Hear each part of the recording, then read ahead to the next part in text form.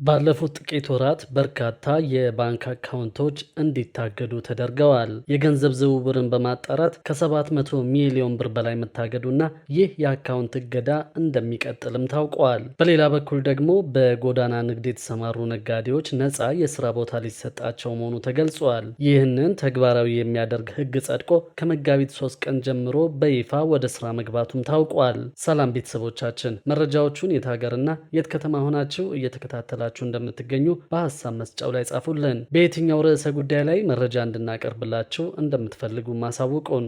አሁን ዝርዝር መረጃዎቹን አንድ በአንድ ወደ እናንተ እናደርሳለን። እስከ መጨረሻው አብራችሁን ቆዩ።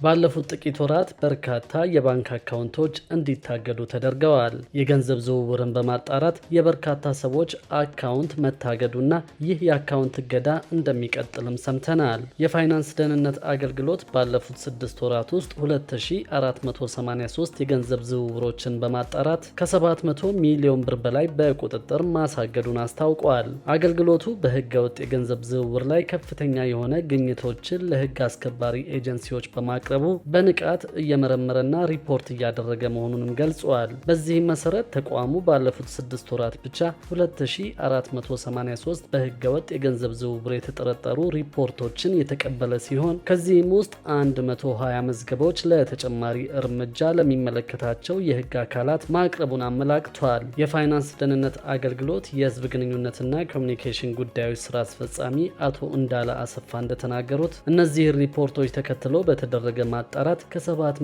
ሚሊዮን ብር በላይ በህገወጥ መንገድ የተያዘ ገንዘብ በቁጥጥር ስር ውሏል። ይህ ገንዘብ በህገወጥ የሰዎች ዝውውር፣ በሙስናና በሌሎች ህገወጥ ተግባራትን ጨምሮ ከከባድ የወንጀል ድርጊቶች ጋር የተገናኘ ነው ብለዋል። ከተለያዩ ተቋማትና ባለድርሻ አካላት የሚቀርቡ ሪፖርቶችና የድጋፍ ጥያቄዎች እየተበራከቱ መጥተዋል ያሉት አቶ እንዳለ አገልግሎቱ እነዚህን የእርዳታ ጥሪዎች በተገቢው መልኩ እንደሚቀበልና በቀጣይም በትብብር እንደሚሰራ ተናግረዋል። የፋይናንስ ደህንነት አገልግሎት ከባንክና ከሌሎች የፋይናንስ ተቋማት ጋር በመተባበርና አጠራጣሪ የፋይናንስ ግብይቶችን በማጣራት በህገወጥ መንገድ የተገኘ ከፍተኛ ገንዘብ በኢኮኖሚ ውስጥ እንዳይዘዋወር ማድረጉንም አስረድተዋል። ባንኮች አጠራጣሪ ግብይቶች ሲኖሩ ሪፖርቶችን በማቅረብ ረገድ ቁልፍ ሚና ይጫወታሉ ያሉት ስራ አስፈጻሚው ከዚያም አልፎ በጥልቀት በመመርመር የሽርክና የገንዘብ ማጭበርበር ዘዴዎችን ለመለየትና ለማስቆም ከፍተኛ አስተዋጽኦ አድርገዋል ብለዋል።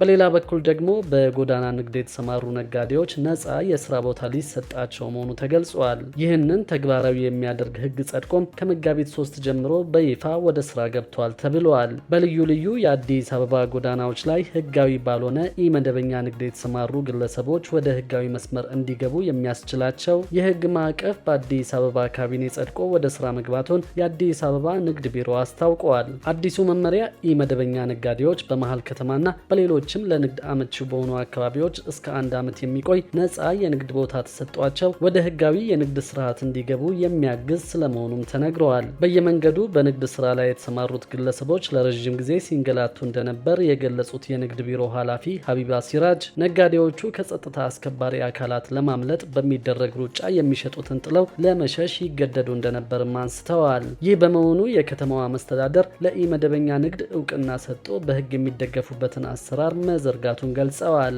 አዲሱ አሰራር ከመጋቢት 3 ቀን 2017 ዓ.ም ጀምሮ በይፋ ወደ ስራ በመግባት የጎዳና ንግድ ላይ የተሰማሩ ግለሰቦችን ማጣራት መጀመሩን አስታውቀዋል። በዚህም አሰራር መሰረት ነጋዴዎቹ የኢመደበኛ ንግድ ፍቃድ እንዲያወጡ ተደርጎ ለ1 ዓመት ነፃ ቦታ ተሰጥቷቸው ከሰሩ በኋላ በራሳቸው መንገድ ሱቁን በመከራየት ወደ መደበኛ የንግድ እንቅስቃሴ እንዲሸጋገሩ እንደሚደረግም ተናግረዋል። አክለውም መንግስት የማሸጋገር ስራ ውስጥ እንደማይገባና የመነሻ ብድርም እንደማይሰጥ ገልጸዋል።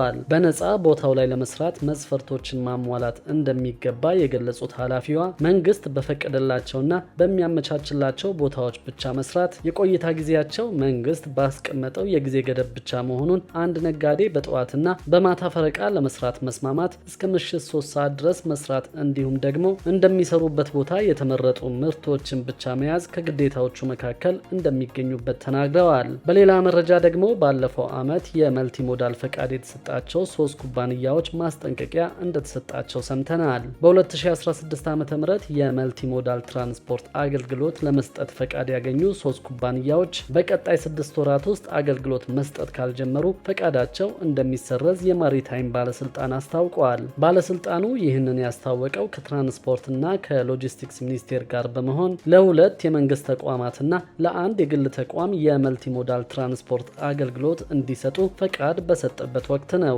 የመልቲሞዳል ትራንስፖርት አገልግሎት ለመስጠት ባለስልጣኑ ያስቀመጣቸው መስፈርቶችን ያሟሉት የኢትዮ ጅቡቲ የምድር ባቡር አክሲዮን ማህበር፣ ገልፍ ኢንጎት ኤፍዜድሲ ኢንዱስትሪ ፒኤልሲ እና ኢትዮ ሪል ሎጂስቲክስ ኃላፊነቱ የተወሰነ የግል ማህበር መሆናቸውን የተናገሩት የባለስልጣኑ ዋና ዳይሬክተር ኢንጂነር አብዱል በርሸምሱ ናቸው። ከዚህ ቀደም የመልቲሞዳል ትራንስፖርት አገልግሎት ለግሉ ዘርፍ ክፍት ባለመሆኑ በጅቡቲ ወደብ ለበርካታ ቀናት ተከማችተው የሚቆዩ የሀገሪቱ ንብረቶች በፍጥነት ማንሳት እንዳልተቻለ ተናግረዋል። ኢትዮጵያ በአሁኑ ወቅት 4 ዋና ማለትም የቻይና፣ የዱባይ፣ የአሜሪካና የአውሮፓ የንግድ መስመሮችን በመጠቀም የተለያዩ ጥሬ ዕቃዎችን እያስገባች መሆኑን ተናግረዋል። በዚህ መሰረት አስመጪዎችና ኤክስፖርተሮች የተሻለ ተቋምና በፈለጉት ዋጋ አወዳድረው ማሰራት ስለሚፈልጉ የመልቲሞዳል ትራንስፖርት አገልግሎት ለመስጠት ለሚፈልጉ ተቋማት ፈቃድ እንዲሰጣቸው እየተደረገ ነው ብለዋል። ከዚህ በፊት ለፓን አፍሪክ ግሎባል ኃላፊነቱ የተወሰነ የግል ማህበር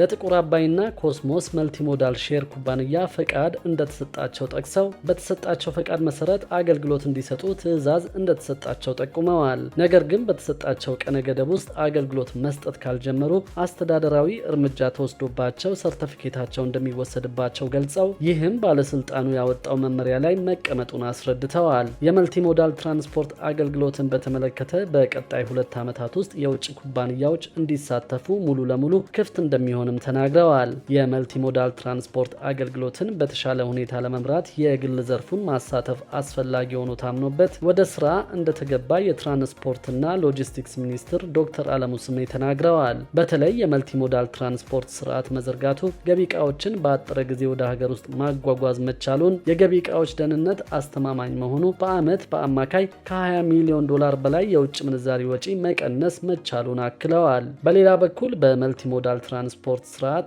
አሁን እየተሰጠ ያለው የባህር ማጓጓዣን መሰረት አድርጎ እየተተገበረ ከመሆኑ አንጻር ሌሎች የትራንስፖርት አይነቶች ማለትም የባህር ትራንስፖርት፣ የባህር ወደብንና አየር ትራንስፖርትን በማቀናጀት በመልቲሞዳል ትራንስፖርት አከናዋኝነት ተሳታፊ ማድረግ የጎላ መሆኑን በመንግስት አምኖበት ወደ ስራ እንደተገባ አስታውቀዋል። በኢትዮጵያ በደረቅ ወደቦች ንብረቶች በመከማቸታቸው መንግስት በየዓመቱ ከ7 እስከ $10 ሚሊዮን እንደሚያወጣ፣ በጅቡቲ ወደብ ደግሞ ከተጠቀሰው መጠን በብዙ እጥፍ እንደሚከፍል መዘገባችን ይታወሳል። በሌላ በኩል ተቋማትን ወደ ገበያው ለማምጣት ስራዎች እየተሰሩ መሆኑን ሰምተናል። ተቋማትን ወደ ሰነደ መዋለ ንዋዮች ገበያ ለማምጣት የአክሲዮን አውጪ ተቋማትን ለግብይት መመዝገብ፣ ደላላዎችን የማሰልጠን፣ የግንዛቤ ማስጨበጫና ሌሎች ተያያዥ ስራዎች እየተሰሩ መሆኑን በኢትዮጵያ የሰነደ መዋለ ንዋዮች ገበያ ገልጸዋል። በኢትዮጵያ የሰነደ መዋለ ንዋዮች ገበያ ከፍተኛ የተግባቦትና የትብብር ኃላፊ ወንጌል ታመነ እንደገለጹት ስለ ካፒታል ገበያ ምህዳሩና ስለ ሰነደ መዋለ ንዋዮች ገበያ የተለያዩ ግንዛቤ ማስጨበጫ ስራዎች በሰፊው ሲሰሩ ቆይተዋል። ከሰነደ መዋለ ንዋዮች ገበያ መጀመር ጋር ተያይዞ የተለያዩ ስራዎች